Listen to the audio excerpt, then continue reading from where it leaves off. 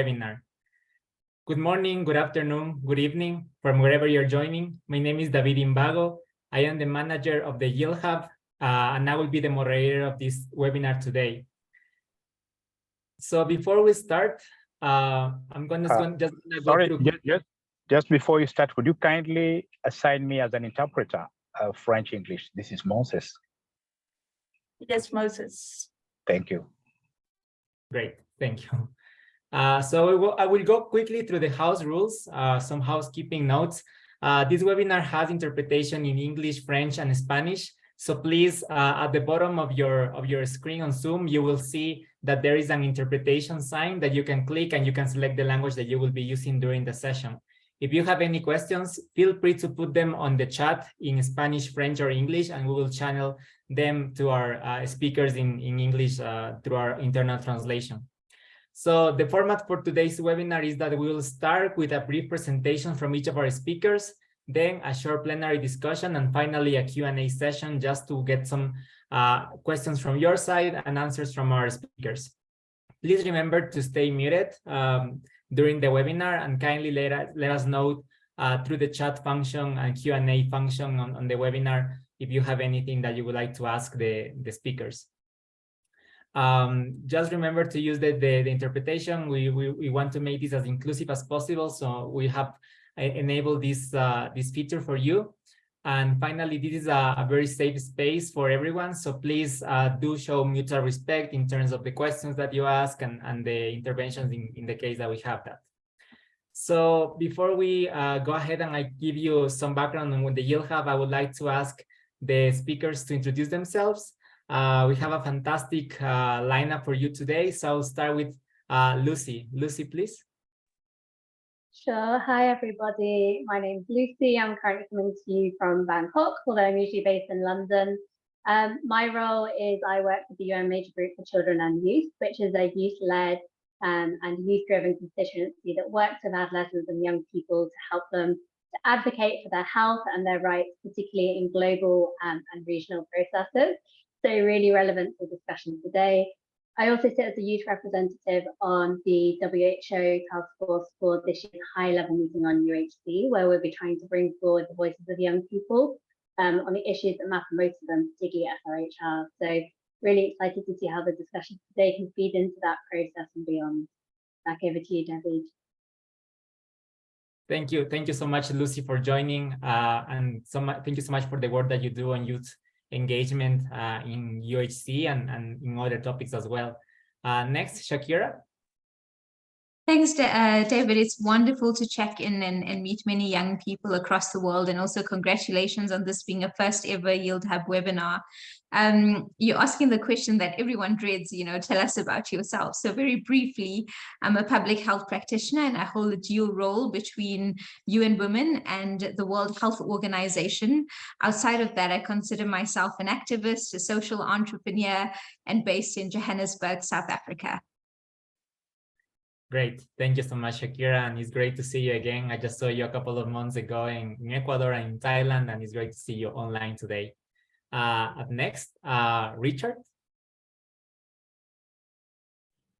Thank you, David. So my name is Richard. I'm the Action Learning Groups lead for the Yield Hub, and I support with all our action learning processes and make sure that organizations and institutions who want to be part of, our exciting process to reflect and strengthen their youth partnership work, we get them to be part of the action learning cycle. So I'm glad to be here today and to share a bit about what we do with action learning in connection with UHC. Thank you. Great. Thank you so much, Richard. And last but not least, Masiko. Hi, everyone. Good morning, good afternoon, good evening. My name is Masiko Matembu. I am the Vice Chairperson for the PMNCH Adolescent and Youth Constituency. I am based in Malawi. I'm also the president of Wale, also the health coordinator for MIET Africa, and working with the SADC Secretariat to reduce new HIV infections. Very passionate about working with young people, especially those in hard to reach areas. I'm very excited to be here and looking forward to listening and learning from everybody's contributions. Thank you. Thank you so much, Masiko. It's great to know you for so many years and now in different capacities through PMNCH, Yield Hub, and so on. So you heard that we have a fantastic lineup for today. And you also heard that this is the first ever Yield Hub webinar. So let me give you some background on what is the Yield Hub, what is this organization or this institution or this initiative. So let me start. The Yield Hub is an initiative that is hosted by Rutgers International, and the Yield Hub improves young people's partnership in adolescence and youth, sexual and reproductive health and rights, SRHR, by facilitating cross-stakeholder action learning processes and influencing norm change. We believe strongly that collaboration is key to advance youth partnership in SRHR. That is why we convene different stakeholders such as researchers, funders, practitioners, youth organizations, and academics into the discussion, because we really think that we need everyone involved to find solutions for the problems of youth participation in SRHR. We use an action learning model, which is a problem-solving method to generate innovative solutions to complex problems, to develop new and creative ways for adolescents and youth to engage in SRHR. And you will hear more from Richard on what is action learning and how we're going to use this to solve the issues, and also how this links to UHC. So the topic for today is what young people want for SRHR and for UHC. During this webinar, we hope to further discourse on what young people want in regards to their sexual and reproductive health for universal health coverage. The Learning Forum will also seek to demonstrate the needs for improved youth partnership within the adolescents and youth SRHR ecosystem to create lasting change. We really think that young people can create this lasting change that is so needed for us to achieve the UHC goals, SDGs, and so on. Further, we will also endeavor to dissect how action learning can enrich the adolescents and youth SRHR ecosystem, leading to better health outcomes, which will no doubt will bring us one step closer to universal health coverage. So I'll stop now. I spoke a lot already, and I'm very happy to start with the first presentation, which is from Shakira. So Shakira, the floor is yours. Thanks so much, David, and thanks again, everyone. I realized I sent off the slides before I prepared how long this would take. So this may be the fastest PowerPoint you may ever see in your life on a webinar, because there's so much I want to say, so much that's important. But I think as we jump into this presentation, it's not that I'm bringing anything novel, anything new. I think we know all of the issues. It's more about being thought-provoking, one, two, being reflective, and three, thinking about the practical things we need to do as young people and other stakeholders to take forward the SRHR and UHC integration agenda. So next slide, if possible. And then the next one after that. So as I go into the presentation, and it's really the topic of today, I think many of us, sorry, also just to note attack. Oh, you can see the slide now. But I think as we jump into today's presentation, I was so excited when I saw the topic of this webinar. And that topic is, what do young people want? And I want us to just pause a little bit at that point, because if we think about programming, if we think about policies, yes, we're on the right path. We're responding to evidence, we're responding to needs. Young people, for example, are part of consultations very early on. But what we also find is that the youth who are involved in these consultations are 18 plus onwards, and they're more of the youth who are activists and who understand SRHR language. Those who are in the youngest spectrum of the youth age group tend not to be linked to these consultations or also linked to policymakers. And so I guess to throw this question or turn this question on its head is, we really are responding to young people's needs, but to play devil's advocates, are we responding to young people's wants? Also, as a policymaker, thinking about the language, policymakers have limited resources, and are they able to respond to the wants and the needs, and how do we find the common ground between the two? I want to throw a couple of keywords when we think about SRHR and UHC, and it would be interesting in the chat box to hear what your words are that come to the fore.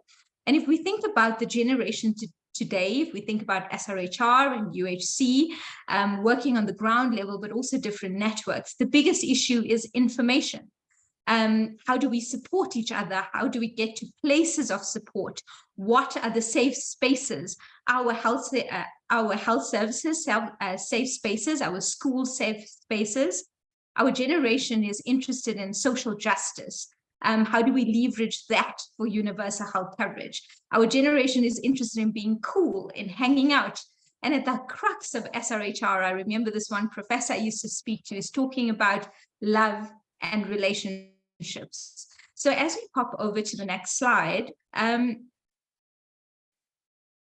I wanted to recap, and I think many of you have seen this before, and there are many critiques around the different WHO frameworks, but I think they're really important in getting us to be practical. And when we're thinking about universal health coverage, the first, that famous UHC cube that we see, which talks about the services, the costs, the coverage, etc. And there's actually a recent Lancet paper which talks about once you expand service coverage, we can see the cube becoming smaller.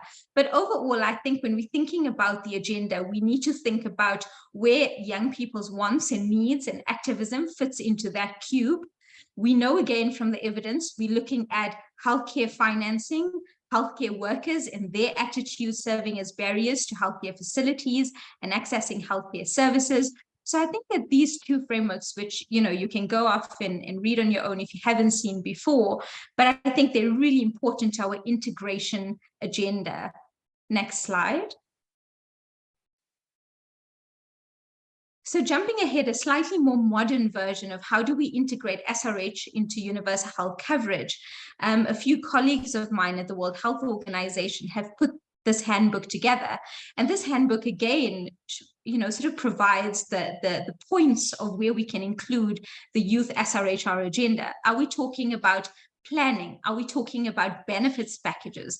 Are we talking about service delivery? Or are we talking about accountability? And again, I'm really excited about the SRHR movement, the HIV movement, and what they bring to universal health coverage. Next slide. In keeping with being very practical, working at the national level with many policymakers through the WHO, one need which came out from policymakers is that we are keen to integrate SRH and UHC, but how do we do this? And so this portal is now online, and we encourage young people themselves to submit stories which are read by policymakers and part of decision-making processes. We have a story from a young leader from Pakistan, for example, from Women Deliver, which is also featured on this site. So that's a little bit of the practical side, the language. And as we jump ahead into the rest of the presentation, if you could skip to the next slide, please. I wanted to then, and again, I'm jumping and I'm throwing different things out as conversation starters and to get us thinking about how do we really drive this agenda, right? And when we think about service delivery, we tend to always think of it as being public sector. And yes, public sector is for social good, but this is also where the biggest weaknesses are when it comes to the delivery of services, and also whether these services actually respond to young people's wants and needs. The private sector is quick at innovation, delivery of services, but it is more expensive. Then we have civil society organizations, including youth-led organizations, which are providing services, menstrual products, HIV testing, gender-based violence programs, for example. And personally, I'm really excited by the gap that civil society fills when it comes to government services, etc. And then we also have what I believe, and you can disagree with me in the chat box or agree, I'd love to hear your thoughts, but what I believe is truly revolutionary, and that's self-care interventions. Young people want to seek care quietly, quickly, easily, and this is possible through self-care. So that has a very big role to play in our UHC agenda. If you could jump to the next slide, please. So I then want to end off my presentation with a couple of quotes from young people themselves, because I think it's really important for us in this UHC agenda to constantly do a pulse check.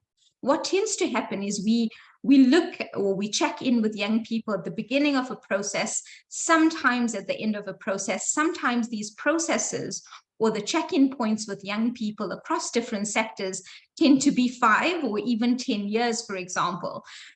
My thoughts today and what I'd advocate for going forward is, how do you constantly check in with young people so that we can constantly tailor programming and move with the times, I suppose. Just to skip through a couple of these quotes, we have a young leader, Millicent from Botswana, checked in with her and said, what do you think young people want on the continent? And she shared, her quote is just so powerful. She shared that young people want to know inclusive and simple information. They want to share the information, there's peer learning. They want it to be trusted and vetted before they decide to uptake those services. Next slide / quote, please. Another young leader from Cameroon had a similar sentiment that education plays such a big role. And within the universal health coverage agenda, we have school health programs. But if we look, are school health programs funded? Are they functioning? Are they delivering services? This is a critical way to deliver services, but it's not working. And we need to think about that. We need to think about the pushback on comprehensive sexuality education. This is where right or correct information reaches many young people. Of course, there are other means, but schools, education is equally important. Next slide, please. We can end off here saying that, you know, we've got a Young Dreams ambassador from Lesotho who's talking about abortion services also being important with her work with young people on the ground. In sum, what these young activists are really telling us is that we know the issues, but how do we start to advocate on these issues? How do we start to see results on these issues? The final slide, which I'd like to end off with, is really an introduction or an overview to a movie I watched a couple of days ago. It's okay that we missed this quotation. We can always share it later. But essentially, just to say that, you know, this video, I want everyone listening into this webinar, and I'm crossing thumbs and holding fingers that it shows. It doesn't talk about SRHR specifically, but it shows powerful young voices and the language that's used and the words that's used. I believe I end up saying that, you know, these are the considerations we need for ministries of health, for universal health coverage. So over to the video, and let's hope again that it plays. Secretary General Special Envoy on Disability and Accessibility and UNICEF present children and adolescents with disabilities from around the world reading 10 principles for their protection, well-being and development. Principle 1. I exist as I am. I am a person just like you. I deserve to be respected and have my diversity valued. I have the same human rights as you and everyone else. Principle 2. I like that you're kind to me. Love me and play with me. You would like to be loved and treated equally too. Have my best interests at heart and enjoy life with me. Principle 3. I like that you take care of me, protect me, and teach me how to protect myself. I will also be there for you in my own way. In my own way. Principle 4. I want you to accept me as I am, help me develop my abilities and talents, and give me a good quality education. I'm happy when you see my strengths. And help me to engage with others. Principle 5. I like that you listen to me, explain things to me, and consider my opinion. This makes me feel safe and helps me learn and develop. Principle 6. Name? I like that you believe in me and you help me grow. This strengthens my self-esteem, my capacity, and my autonomy. Principle 7. I like that you understand me. Support me and reassure me when I'm upset, angry, or frustrated. Often, it is in these moments that I need you the most. Principle 8. I like that you include me. I want to live in a friendly, peaceful, and inclusive environment, and for you to respect and support how I communicate best. Principle 9. I want you to respect me and protect me from all forms of violence Everywhere and all the time. just like anyone else. My body, My soul and my mind. Deserve to be protected. Principle 10. It matters to me that you believe me.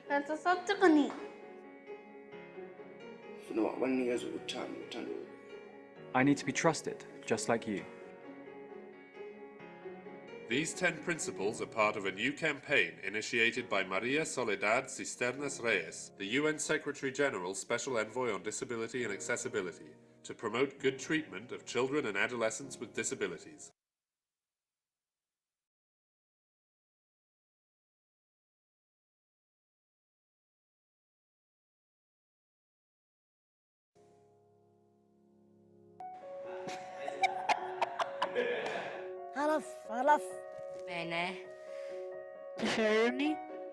Outtakes of the children with disabilities.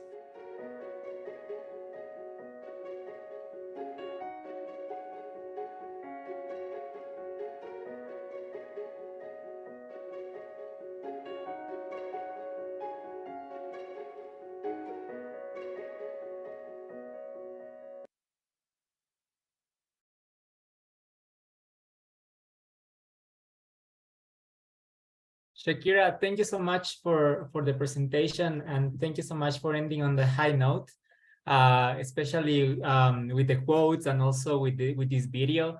Your presentation was about SRHR and UHC, and of course, if we don't take a look at the people who are often marginalized and discriminated by their identities and their conditions, we cannot talk about a rights-based approach, and even less a justice-based approach.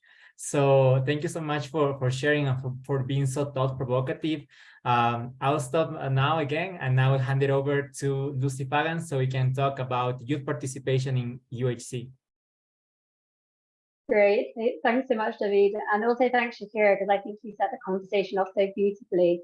I guess I'm coming to this conversation from the vantage point of a young SRHR advocate myself, but also someone who is working within an organization trying to find what those entry points for young people to actually have a voice, to actually have a say, and meaningfully influence some of the processes that are about us, but often are without us. So I'm going to talk a little bit about really how young people have been involved in UHC, but also where the gaps are and what the journey ahead could look like, and those entry points that we can have for participation and engagement. So next slide.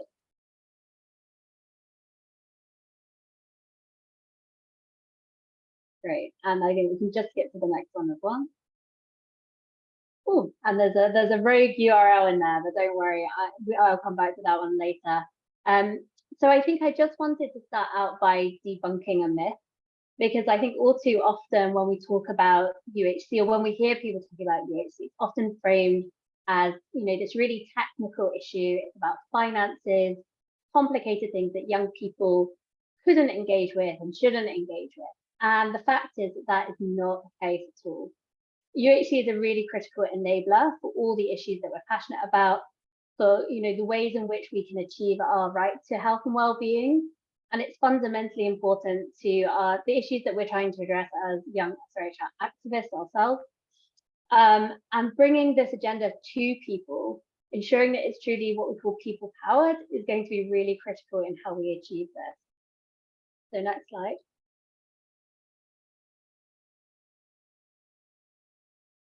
So really, and I think Shakira has covered this, but, you know, when it comes to SRHR, we're often saying, you know, it's about the fundamentals, right? It's around the basic needs of young people being met.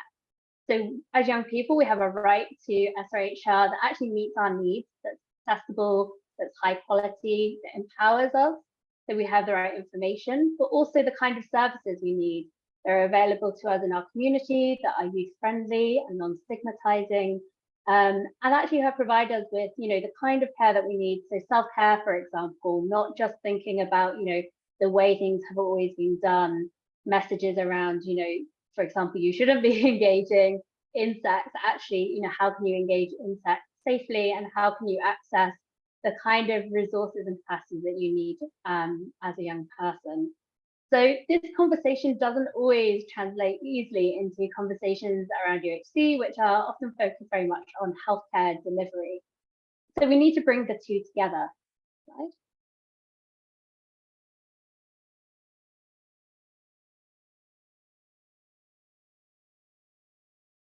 Okay, so, as young people, we think obviously it makes sense. SRHR needs to be at the heart of UHC. It's some of the most important healthcare that we need access to as young people. But actually bringing that into the UHC space has not always been easy. So a couple of years ago, there was a high-level meeting on UHC that happened in the UN, far, far away from the work that many of us are doing on the ground.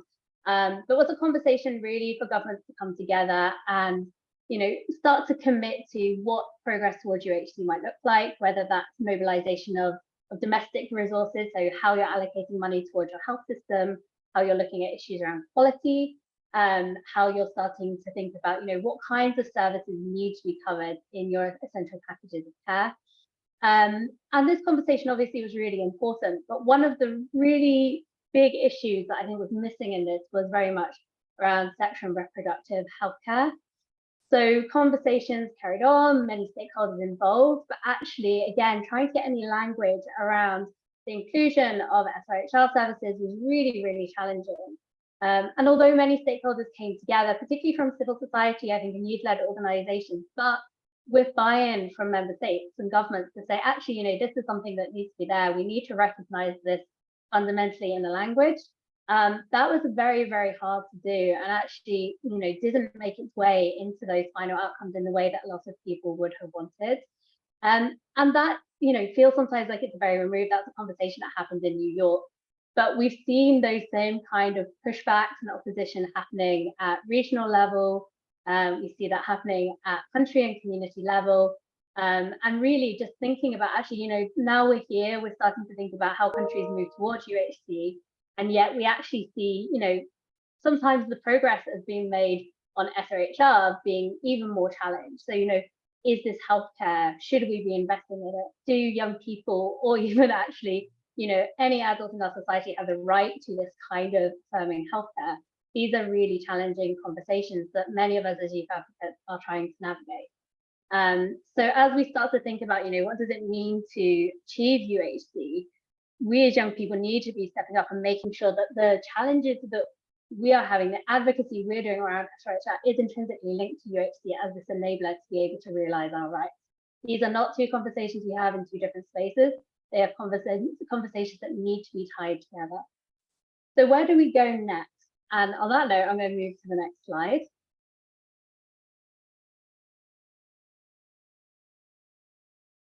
Okay, and I think, the thing I really wanted to highlight is that young people have been mobilizing on this issue in lots of ways. Although I say, it's maybe an issue where there's a lot of gatekeeping, where adults say young people don't really have an expertise in this area, shouldn't be engaged in this area. That's actually not true. And young people have been making sure that their voices are heard. So we've seen this amazing advocacy that's happening global, regional, and national level. Some of you may have heard about the movement like UHC, but equally, actually, the way in which we have also seen, youth-led organizations focused in on SRHR, starting to think about how UHC relates to their agendas and starting to use some of that language and some of that framing to be able to push for change and accountability at the national level. Young people have also been playing a really important role in creating new spaces and new conversations. So some of those are, just youth-led conversations where young people, youth-led organizations are coming together to try and understand, well, what is all of this about, and why are we not making progress? But at the same time, it's also about intergenerational conversations. So young people starting to make space for themselves in civil society, in these national conversations that are happening where young people traditionally haven't been a part of them. They're saying, no, we need to be here. UHD is about us as well. So let us in and let us have our voice. I think one of the interesting things we've already been seeing is young people actually starting to really shed light on the role of youth-led organizations in service delivery in SRHR. So we know in the HIV space and in the SRHR space, lots of youth-led organizations are actually delivering services already. And recognizing that and understanding how that works is a really important part of the conversation when we're looking overall at healthcare delivery, and thinking about, how can young people and youth-led organizations be appropriately supported and resourced to do this really important work. And then finally, one of the really exciting things we're starting to see is a lot of grassroots youth voices leading agendas around Excuse issues me, of Lucy. access. Could I just interrupt you for a second because the sound quality is not so good. So could you slow down a little bit for interpretation purposes? Sure. Thank you. Sure. Okay. And yes, I was just saying that the final one really is around quality of care. So thinking about actually the way in which young people are talking about, what does quality look like in services? What are they seeing in the services they are accessing? And how can this push forward the agenda of quality as a really important part of the PhD? And one part that I think is often missing when we talk about how many services we have, where are they? Actually, what does quality look like for young people, and particularly in SRHR spaces? It also talks about things like stigma, age-appropriate care, being able to access, for example, methods of contraception that you want in the way that you want at the time that you want. So next slide.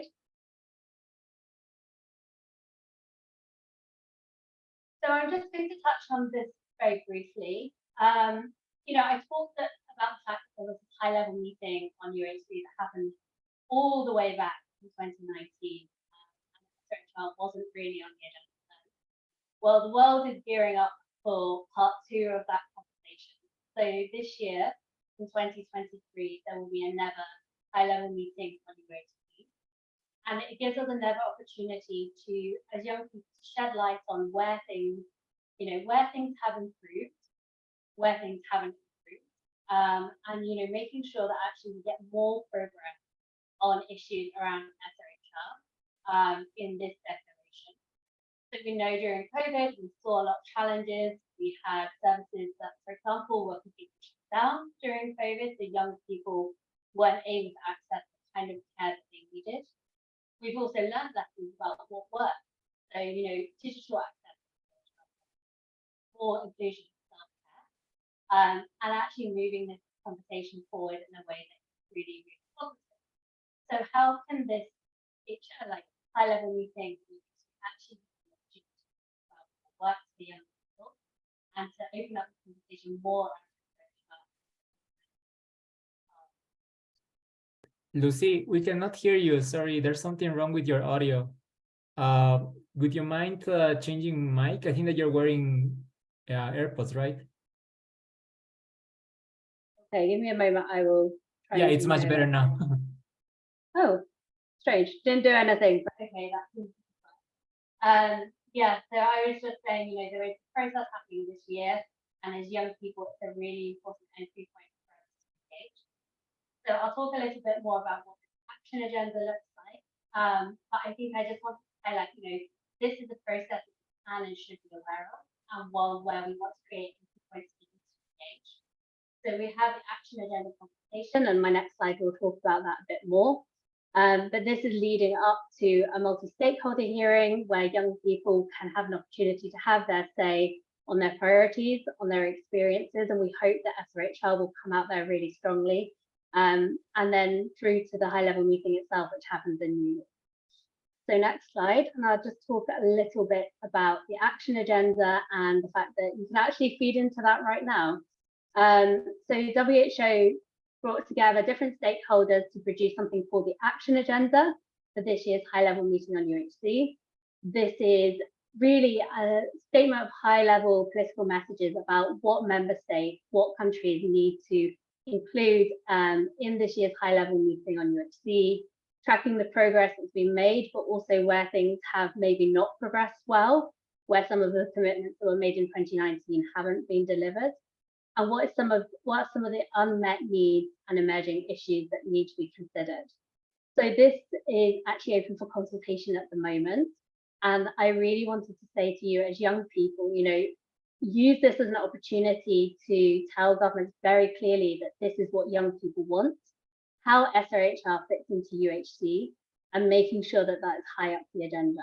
So there's a link here, and I'm not sure that you can click on this because we're sharing PowerPoint slides, but I'll ask colleagues to share them afterwards. And whether you just want to share a message, a quote, a story, something very specific, use any of those things. Just make sure that you have your say now, because this is a moment where actually your voice as a young person really counts. And so, yeah, this is just something I really wanted to highlight as something to do now in January. If you're making your commitments for the new year, make sure this is in it. And then I want to go on very briefly, because I know we're probably running out of time, but just to talk about some of the opportunities for engagement for young people that you can take now. So next slide. Okay, so the key message is that, the real role that you can play to mobilize, advocate, hold decision making. So if you're a young person thinking, well, how do I even start to engage? There are things that you can already do. So look into what's happening in your country right now. How is your country doing on this road to UHC? What commitments have they made? What money are they spending? Is SRHR addressed? But also drawing on experiences of yourself and your peers. Like, does it feel like it's being met?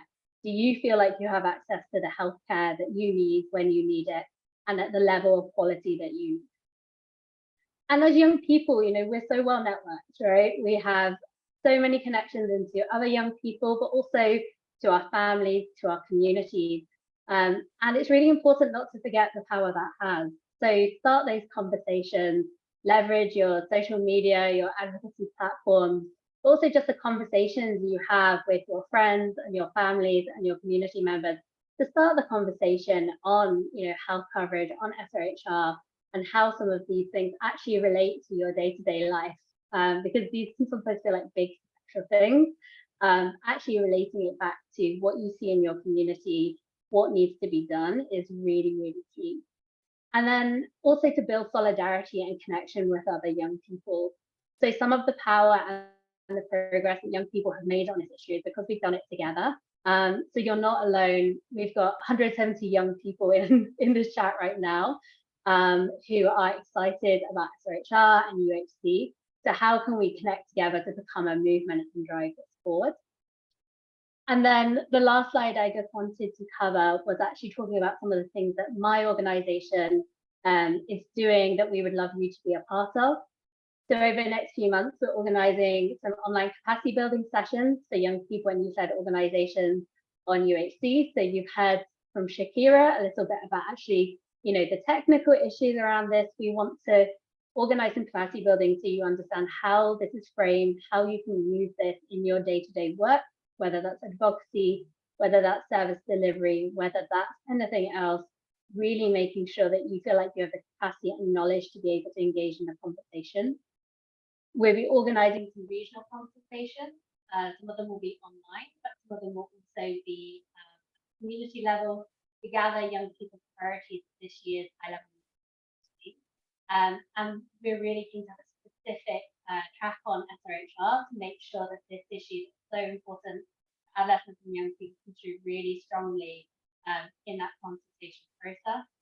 And that will form part of a youth position paper on UHC and then a document. And so if you're interested in that, we'd love to connect up with you and see how you can get involved. And then we'll be working with youth organizations to co-design a youth accessibility mechanism so that we can continue to track progress on UHC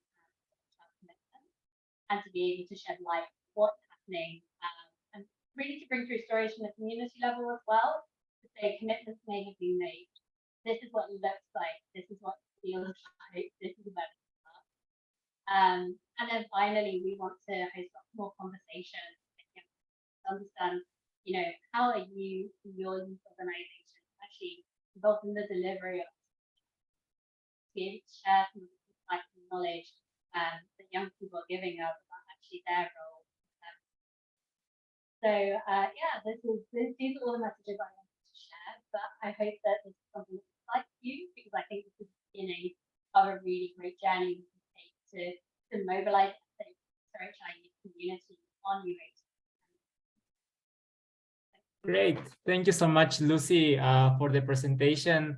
And also congrats on all the work that you, the MGCY, and the high level, the group on UHC is also doing. For the plenary and for the Q&A, can you check your connection, because it was a bit hard to hear you from time to time, but thank you so much once again for the presentation. We know that there's a long, we're just a few months away from the high level meeting on UHC, but there's still some opportunities for engagement, and Lucy just presented a few that young people can take advantage of. So I would highly encourage you to take a look at these opportunities and make sure that your voice is heard. Up next, I'm gonna go with Masiko Matembu, who will talk about adolescent and youth health in the context of universal health coverage. So over to you, Masiko. All right, thank you so much, David. Just let me know if you can hear me before I proceed. Yeah, we can hear you. Okay, perfect. Thank you so much. And also thank you, Lucy, for that brilliant presentation. I hope that the young people that are tuned in can find ways to get connected and to collaborate. It can be difficult to remember the time before the world was turned upside down. We continue to live in unprecedented times in which crises are felt around the world. The global pandemic brought into focus how connected we all are and how important the goals of universal healthcare, gender parity, and SRHR truly are, and how much we have to lose. We continue to grapple with multiple crises, those of the 3 Cs, COVID-19, conflict, and climate change. Given the world we live in, any discussion of SRHR, especially in the context of universal health coverage, must begin by considering the impact of COVID-19, conflict, and climate change. The 3 Cs continue to send shockwaves and extend well beyond country borders and hinder the achievement of the 2030 Agenda for Sustainable Development. We must work together to solve these issues and ensure a healthy and sustainable future. I am honored to be speaking with you today as this session focuses on adolescent and youth SRHR in the context of UHC, and as the Vice Chairperson for Partner Engagement at the PMNCH's Adolescent and Youth Constituency and an ardent advocate for young people and their well-being, I want to reiterate the importance of this session's focus. Next slide, please. There are 1.8 billion adolescents and young people in the world today, far more than ever before. A thriving adolescent and youth population yields social, economic, and health benefits for all. Yet for far too long, their needs have been largely invisible. Youth leadership, voice, and experience is central to driving forward positive change. Even before the COVID-19 pandemic, adolescents and young adults faced multiple and intersecting challenges to their well-being. These challenges include social injustice and inequalities such as those related to gender, identity, inclusion, insufficient social protection, inadequate mental health, poor sexual reproductive health, and an inability to exercise their rights, resulting into unintended pregnancies, HIV, and all forms of malnutrition. Adolescents and young adults are also experiencing a crisis of connection to family, community, and society, with increasing numbers living on the streets or dropping out of school. Next slide, please.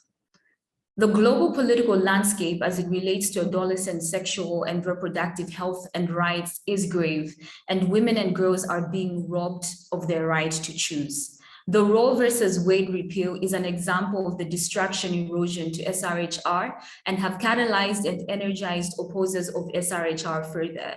It is no secret that the ripple effects of such repeals extend beyond borders and will impact several young people and young women and girls globally, lending spurious legitimacy to those worldwide who seek to restrict the rights of young girls. Excuse me, Masiko, could you please slow down a little bit so that also the interpreters can keep up?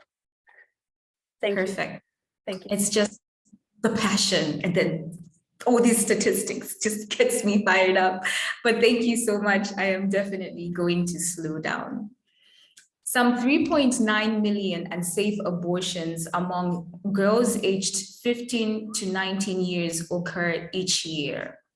Adolescents, mothers aged 10 to 19 face the highest risks of complications, and additionally, the widest socioeconomic factors for adolescents add to their risk.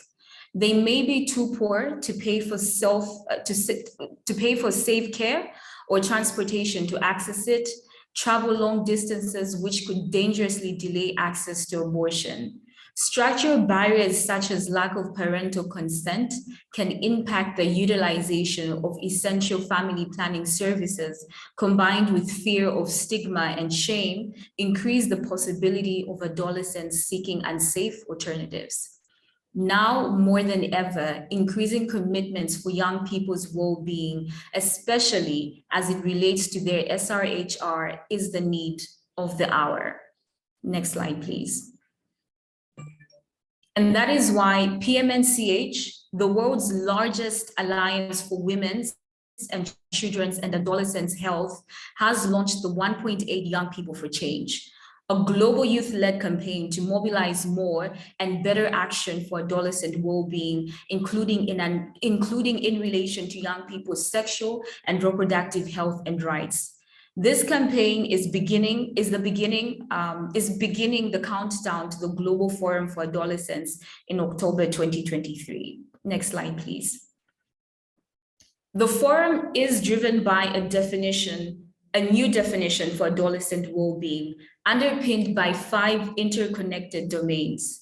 To achieve SRHR health outcomes, adolescent needs must be addressed across multiple domains, including health and nutrition, connectedness, positive values, and contribution to society. 3, safety and a supportive environment.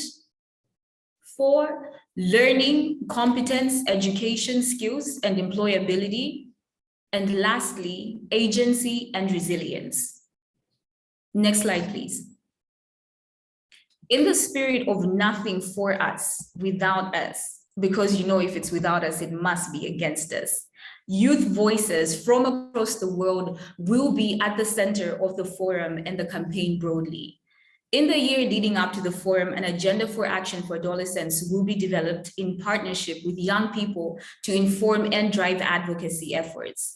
The agenda for action for adolescents, building on the 2019 rendition of the call to action for adolescents, will unite partners in shared advocacy and accountability efforts, reflect the multi-sectoral focus and the ambitions of the Global Forum for Adolescents, and will guide the efforts of partners in achieving financing, policy, and service delivery commitments for adolescent well-being to address the most pressing gaps and needs today.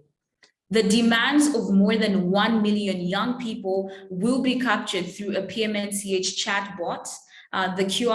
The QR code will be showcased at the end of my intervention, and complementary youth-led consultation exercises. The forum will feature a vast range of activities at the global and national level, some of which are on the screen right now. Next slide, please. I encourage everyone seeing this, especially young people, to join the campaign and organize their own national level events in different parts of the world. These can be viewing parties, local activities, or national forums. Just to also quickly say that since the chatbot is digital and a lot of African countries have less access to the internet. So for example, here in Malawi, approximately 80% of the population are not able to access the internet, but then we still have community mobilization activities that can still take place in different communities to capture the voices of young people. So I encourage everyone seeing this, especially young people, to join the campaign and organize their own national level events in different parts of the world. These can be viewing parties like I've already said, and through this mission and campaign, we aim to advocate for the upholding of essential SRHR interventions and ensure continuous progress in financing and equitable access to comprehensive SRHR packages. Next slide, please. We call for leaders to come together in solidarity and instill progressive commitments that support the provision and access to SRHR for all, especially young people, in order to deliver on a mandate for universal health coverage. Additionally, these commitments are essential to ensure young people's rights are not only protected, but also promoted. The world needs a rapid and coordinated response from the international community to ensure access to SRHR services as part of UHC and resilient health systems. There are 1.8 billion young people in the world today. I would like to invite you all to join this important and timely campaign to hold our governments, your governments, accountable to increase policies, financing, and services for adolescent and youth well-being to ensure a health and sustainable future for this generation and for generations to come. I request the organizers to share the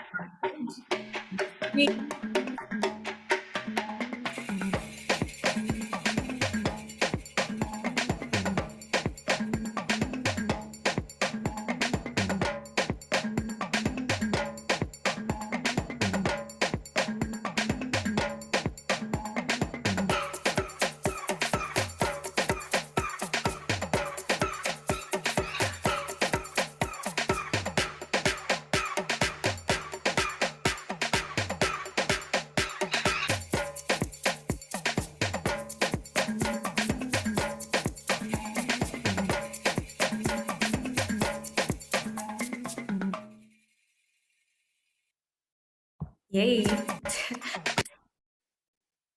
Awesome. Yes, perfect. So I'm just going to allow just a minute for you guys to just access the code to access the chat bot.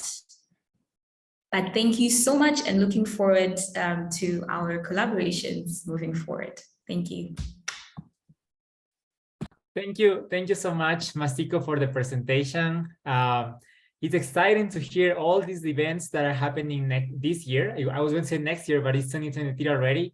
But yes, so this year we'll have, as Lucy mentioned, the high-level meeting on UHC, but there is also the 1.8 billion campaign and also the Global Forum for Adolescents happening this year. And at the Yield Hub, we also see these events as milestones that we'll have in terms of SRHR, UHC, and young people participating across all these events and making sure that the participation is meaningful and it is true a partnership between adults and young people who are eager to get involved in the field.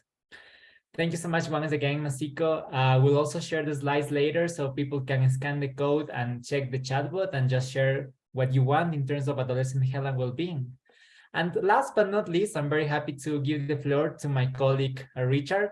Richard is the Action Learning Groups lead of the Yield Hub, and now he will explain to us what is action learning, how everything links together with UHC, with SRHR, with young people participating. So Richard, the floor is yours. Thank you very much. Thank you very much, David, and so glad to just hear so many, of the speakers already sharing some of the challenges that young people are facing in the field, but also what measures are being taken to make sure young people, we are not silenced and that we continue to make our voices heard. And also, again, amazing to see young people joining from all over the world. I mean, we have folks from RIAD, the Algerian Association of Family Planning, our colleagues from Engender Health Office in Tanzania, people from Trinidad and Tobago, from Grenada, and it just shows, the power of young people and the power of using webinars and to reach young people everywhere. So first of all, I will just highlight a bit on the Yield Hub and what we do in terms of action learning. We are a new initiative, and I know a lot of you may have some questions on action learning. So today we'll delve a bit into that. Next slide, please. So first of all, for action learning, a lot of people have asked, what at all is this process, and how are you using this process to work around universal health coverage, but also adolescent youth sexual reproductive health and right? So for example, a lot of the issues that my colleagues have already mentioned, like for instance, Dr. Shakira highlighting the Learning for UHC portal that the WHO does have, it is encouraging organizations to learn and share information with each other. You know, these are platforms that are encouraging a lot of learning and a lot of cross-stakeholder exchange. Again, we've also heard Lucy mention some of the challenges that young people are facing. For example, the pushback in youth participation in SRHR and USC at a national and global level. So questions about how do we also push back? How do we become more active? And then Maziko also talking about, you know, highlighting the issue of Roe and Wade, and the fact that the repeal has also caused a lot of pushback on, you know, adolescent youth sexual reproductive health and right, particularly access to safe abortion services. So all of these challenges abound, and that is why at the Youth Hub, we believe in strengthening youth partnership. We believe that organizations have a lot to learn from each other. And this space that we are in, where there is a lot of, you know, pushback on SRHR, how do we, you know, regroup? How do we come together, learn, and find out what is working and what is not working? So for action learning, we basically go through a cycle where we have, you know, our 6 stages.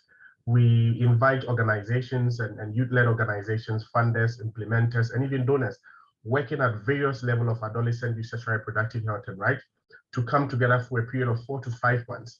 And then we decide on a topic, you know, what are some of the challenges that face young people? For example, we are beginning a current cycle on, you know, how to strengthen youth partnership.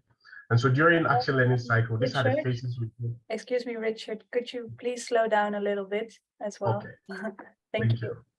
I had noted down to slow down, but I think I'm just speeding off again. So I would slow down. Thank you very much, Harriet. So like I mentioned, at the Yield Hub, we use action learning as a way to bring organizations together, to learn, to share about what is working and what is not working, but also to find ways of designing some action plans. And so we do have these steps that we use, which is the observe, the assess, the design, implementation, capture, and then we also have repeat and then the dissemination. So basically, these are steps that help organizations come together to, first of all, you know, understand some of the challenges that they do face in the field. For instance, one of our cycles focuses on youth partnership. We bring organizations together to understand what are we doing better when it comes to youth partnership? What are we not doing better? And then they begin to, you know, understand what the general issues are and what they may be able to address together. The access also brings organizations together within the same learning period to begin to, you know, look at the issues more critically from within their own institutions and as a collective, you know, stakeholders in the field. How can they assess some of the issues that they are working on? What is working? What does not work well? And how can we exchange knowledge and resources?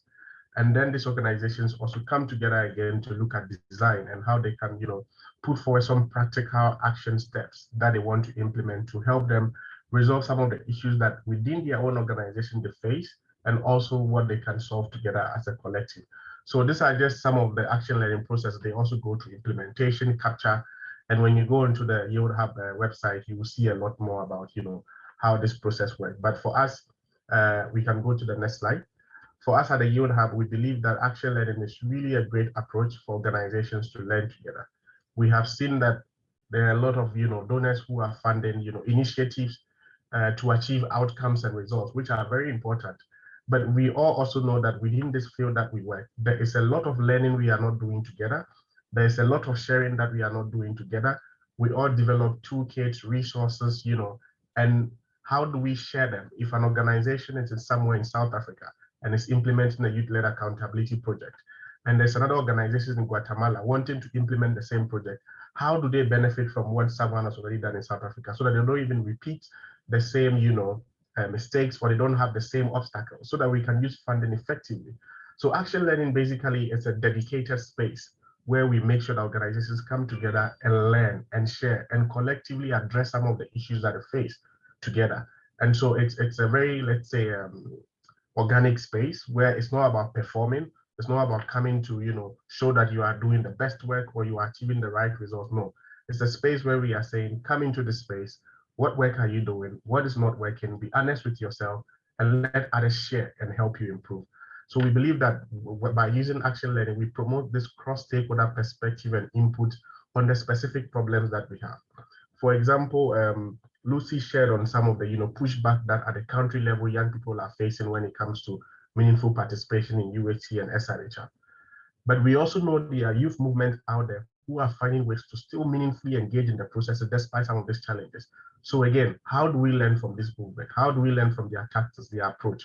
And then how do we begin to push some of the learning forward so that others can learn from that as well? And so that is what the Youth Hub we definitely want to do, to create this dedicated space, but also to allow people to come and learn together. And last but not least, we believe that action learning is also an opportunity to share and strengthen our work. Because if we come together and work together, we have a greater voice and influence as contributors to the field, and we are able to build and recognize our own selves as leaders. And so these are the important components when it comes to action learning. Next slide.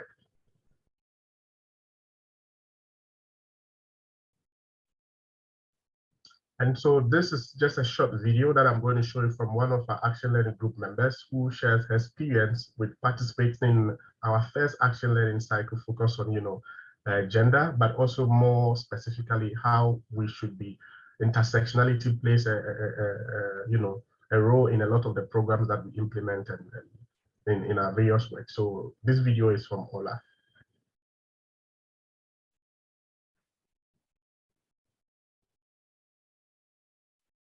Hello everyone, my name is Olaolu Abagun and I'm the Executive Director of Athena Network. We are a global feminist collective that advances gender equality and human rights in the global response to HIV and AIDS. It's been a really huge pleasure to represent Athena as a member of the Youth Hub Action Learning Group. And a major success for us has really been having access to that space that enabled us step back, look inwards with a lot of humility and open-mindedness to really reassess how we as an organization have been including diverse perspectives in our work and engaging with young women and adolescent girls in all their diversity. With the support of the Youth Hub and several helpful conversations with members of the Action Learning Group, such as Gender Health and Restless Development, we've been able to design a clear plan which helps us to be more intentional about recruiting, engaging, and supporting the diverse young women who will serve as a new cohort of focal points for Athena Network's flagship program, which is known as the What Girls Want program. We are really appreciative of such a dynamic space that enabled strategic learning and co-creation.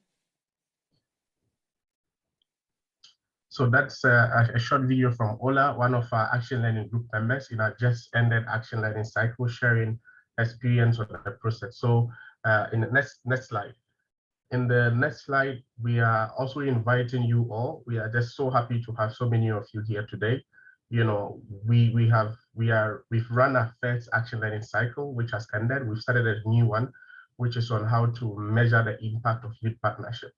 And in February of this year, we would be launching 3 new action learning cycle topics. And a lot of them we've already talked about. One is on compensating youth work. What does compensation look like and what process does that involve? We'll also be looking at capacity development for youth transition. How can organizations support youth leaders to age up and not age out? And last but not the least, we will also be having a topic on, how do you find, engage and sustain youth leaders? That is how to identify and engage young people in all their diversity in SRHR efforts across the ecosystem. And so these are 3 new topics that will be launching in February. There will be an open call for application. And we encourage all of you, if any of this topic relates to the work that you do or some of the challenges that you face, or even if you want to learn more about how to do this better, we encourage you to join our action learning groups, where you'll be in groups with funders, implementers, researchers, also youth-led organizations. And together we can find practical solutions to all of the what questions we have. We do have so many questions. What can be done? Who can do this? So the Action Learning Group provides you the space to come and learn about what we can do together and how we can move the field of adolescent youth sexual reproductive health and life forward. So do look out for our call for applications. Thank you.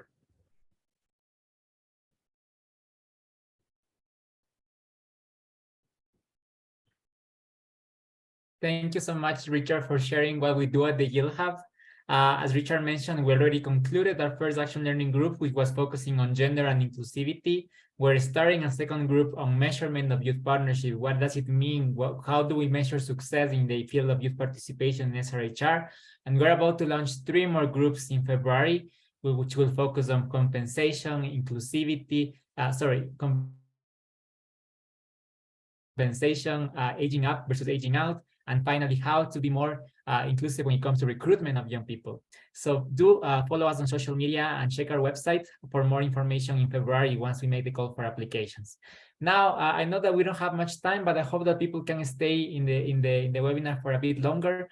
But we'll have a quick plenary session. And I'm gonna just focus on one question because I think that this one is the most interesting of the 3 that we have proposed initially.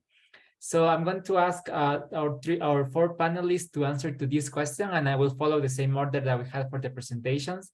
So we'll start with this question, which is that we often demand action as young people from non-youth, which we can call them adults, to engage with young people. We often demand more youth participation, more youth partnership, which is much needed and is fantastic.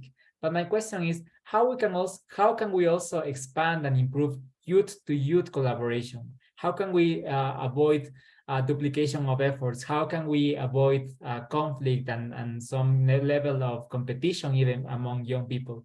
So Shakira, you can go first. David, you can't ask us this question and tell us to be quick, but I think, it's difficult to avoid. It's the politics of the world. But I think it goes back to all of us as leaders and being reflective individually and collectively. Are we there for our own careers? Are we there for, political gain? Are we there for monetary gain? Or are we there for communities and people we serve? And are we there for better healthcare? And I think that's a constantly reflective question we need to ask ourselves and hold ourselves to account. That being said, it's really tough to get around the politics, et cetera, and I do believe that's what's holding many of us back. But I am really excited to see initiatives like the Yield Hub, like PMNCH, et cetera, because I think these networks are what's going to take us well into the future if we can get of ourselves, I suppose. Yes, much important to have these youth-led initiatives, like, for example, PMNCH, the high-level meeting and involvement. So yes, that's pretty much a great way to engage. Lucy? Yeah, I think just checking you can hear me okay now. Is that any better? Okay, amazing.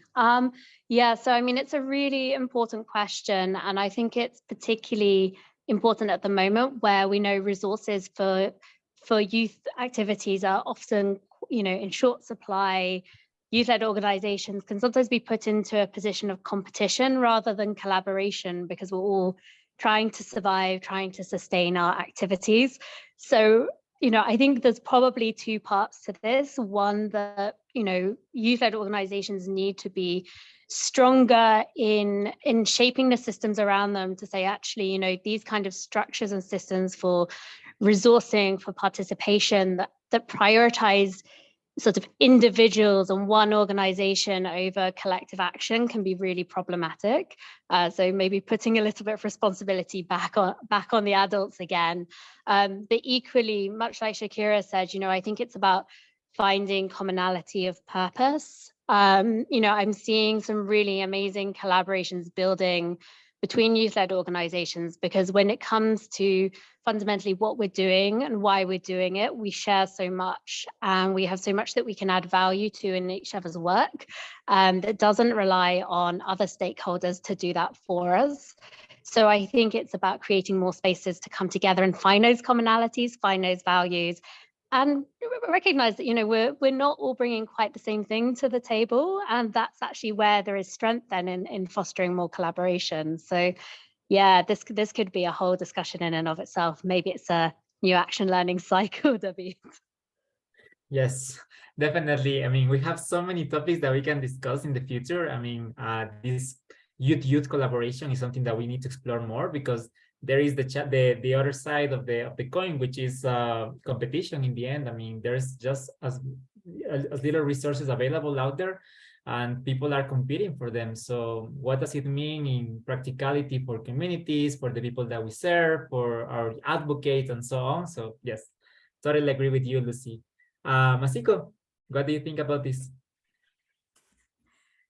Just like Shakira had mentioned, that's like a topic for a whole webinar on its own. So yeah, but then I do agree with everybody that has spoken. And just to also say, the question that Shakira had asked earlier is, who are we serving? And most of the work that we do is to serve our communities. And there is an African ideology that is called Ubuntu. And in the spirit of Ubuntu, we say that it takes a village to raise a child. And the village raising a child is having to appreciate the different diversity and also appreciate interdependency and the effectiveness of interdependency. So I think that it's important for us to, I think there's a bit of a savior complex where you're like, I did this. This youth-led organization is the one that achieved these objectives. But if we really look at it, there is a power in working together and not working in silos. There's a power in working collaboratively. And in the spirit of Ubuntu, the saying is that Ubuntu Ngumuntu Ngabantu, which means that I am a person through other people. So I think that it is important for us as young people to work together. And you could start by, if you are at the seat of a table, look around you and look, I mean, is the table representative? Is it inclusive? And if it's not, you have to be able to speak out as a young person to say, let us include other young people to be a part of this table. And we also need to stop telling stories on behalf of other young people. We need to empower young people themselves to tell their own stories. And that's when we really see the power of collaboration and multi-stakeholder collaboration as well. Thank you. Thank you so much, Masiko. And I truly believe in the power of coalition building, and you are the expert on coalition building. So yes, I think that there's a lot of power in bringing together different organizations who are doing different work in terms of youth partnership, SRHR, UHC, climate, and so on, and bringing together for a common goal, which in the end is serving communities that you were mentioning. Last but not least, Richard. Yeah, I also agree with all what the previous speakers have mentioned. And just to summarize, there are like for the PMMCH campaign, like 1.8 billion young people out there. And if just a few of us have a seat at the table, that is not enough. So we have no room for competition. We have no room to say there are less funding and we are kind of competing with each other. Even at our level, we are just a few. So 1.8 billion, it means that whenever you find yourself in a room, you need to bring more than 100,000 of young people there. So basically, I would say that is what also the Youth Hub we want to do. Our space, there are not a lot of donors who are just funding spaces and saying, go and learn, just go and find out what is working. And we consider failure as, as something horrific. Everyone fails, everyone has, challenges. And so within our space as young people, when we do projects that don't work, we should be able to come up, we should be able to share with each other. And so I believe that if you have not subscribed to the Youth Hub, go to our website, subscribe, and join our action learning cycles. We basically want to bring a lot of organizations together. Let's learn, let's share, so that we can move at a speed where we can catch up and make sure that our 1.8 billion number becomes meaningful and can influence policy change. Yes, absolutely, Richard. I think that learning from mistakes and just owning that learning, I think that is something that we need to do better. And for this year, for 2023, is something that we should definitely keep in mind as a goal and resolution, to also be mindful that we're not perfect. We are learning in this process of youth participation, of SRHR, of UHC, and so on. And just owning that that knowledge is valuable in the end. So that was my question. I know that we are short on time, so I will just ask one question that I saw in the chat that was very interesting. And Shakira, this is for you. The question was about the integrated agenda. And maybe you can just elaborate a bit more on this. Yeah, and that's again another whole webinar, I guess, on that, David. Not that I'm giving political responses, but I think that when we're talking integration, we have to do so at different levels and different spaces. So integration in the policy space, integration in the programming space when it comes to SRH and UHC, integration overall on the technical elements that we showed, the planning, the financing, etc. That's the one side. On the other side, it's got to be the integration of service delivery. And I love the question that said, do we unconditionally ensure the inclusion of persons with disability? And I think the key word unconditional is so important, because when it comes to providing services to rural areas or to persons with disabilities, it's too expensive. And ministries of health and treasury, for example, make decisions based on what's cost efficient or what's in the budget. But that means that you're leaving people behind. So I have a lot more to say on it, but I think that word unconditional is something I'll leave this webinar with. So thanks for the question. Thank you so much, Shakira. Yes, we can make a whole new event just on the integrated agenda and how to be more intersectional and inclusive, but yes, absolutely. And then I also saw a question about how to engage, what are the criteria to engage or to participate in the high-level meeting on UHC. Lucy, maybe you can just elaborate a bit on this.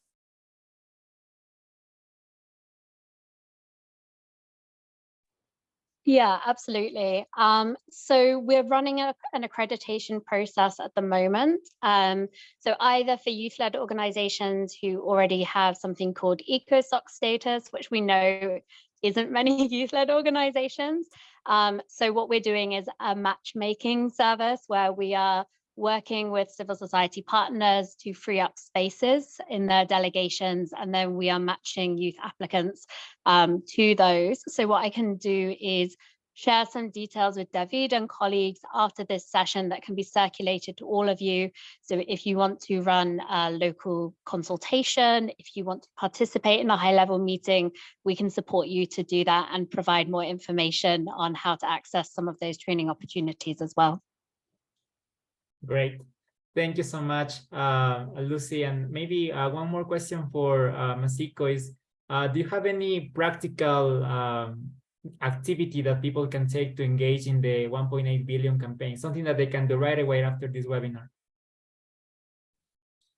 Right. Great question, David, that you should have told me about. But yeah, I think the first thing is that the chatbot, you could share it on social media, and we've already sent links to the 1.8 billion campaign. So we're getting responses from young people aged, I think it's 15 to 24, but if you're over 24, you could still just share and encourage younger people to get involved. So I would say just sharing and spreading the word. And like I mentioned in the chatbot, I'm very happy to engage further to see how you could collaborate and also mobilize young people in your countries. Thank you so much for the question. Thank you so much for the answer, Masiko. Yes, I think that 1.8 billion will be a milestone for youth partnership this year. And it's great to see that not only health will be addressed, it will be about well-being, education, agency, security, employability, and so on. So yes, very much a much needed event and timely event. So that's it for today. Thank you so much for everyone for participating, for attending this event. First, thank you so much to the speakers for allowing us to hear your thoughts and your presentations on UHC, SRHR, Youth Partnership, Action Learning 1.8. It was a very packed webinar, but I would say that it was very fruitful. I really enjoyed listening to your presentation, sorry. Also, thank you so much to the YieldHub team, Mila, Richard, Beatrice, for your support, and also Harriet from Rutgers for your support, for your technical support today. Also, thank you so much for the interpreters. I hope that you were able to use the feature and benefit from this. Now for closing, at the YieldHub, we offer a unique space and approach for committed stakeholders to collaborate, learn, share, and align on building transformational change into the AYSRHR space. As we move forward, we're committed to amplifying youth partnership in the adolescent and youth SRHR ecosystem for UHC goals. And finally, if you would like to hear more about the Yield Hub, please reach out to us through social media, through the website platform, or also through email. The email is info@yieldhub.global. We'll also be sharing the webinar recording in the upcoming weeks. So please be on the lookout for that email and share it with colleagues who have probably missed it, but who will benefit from this. Lastly, remember for the call for applications for the next 3 cycles on compensating young people, the age limitation of youth participation, and then recruitment of young people in AYSRHR programs that will happen in February. We'll be sharing those through our communication platforms, social media, listservs, and so on. Goodbye, everyone, and see you at the next event. Take care.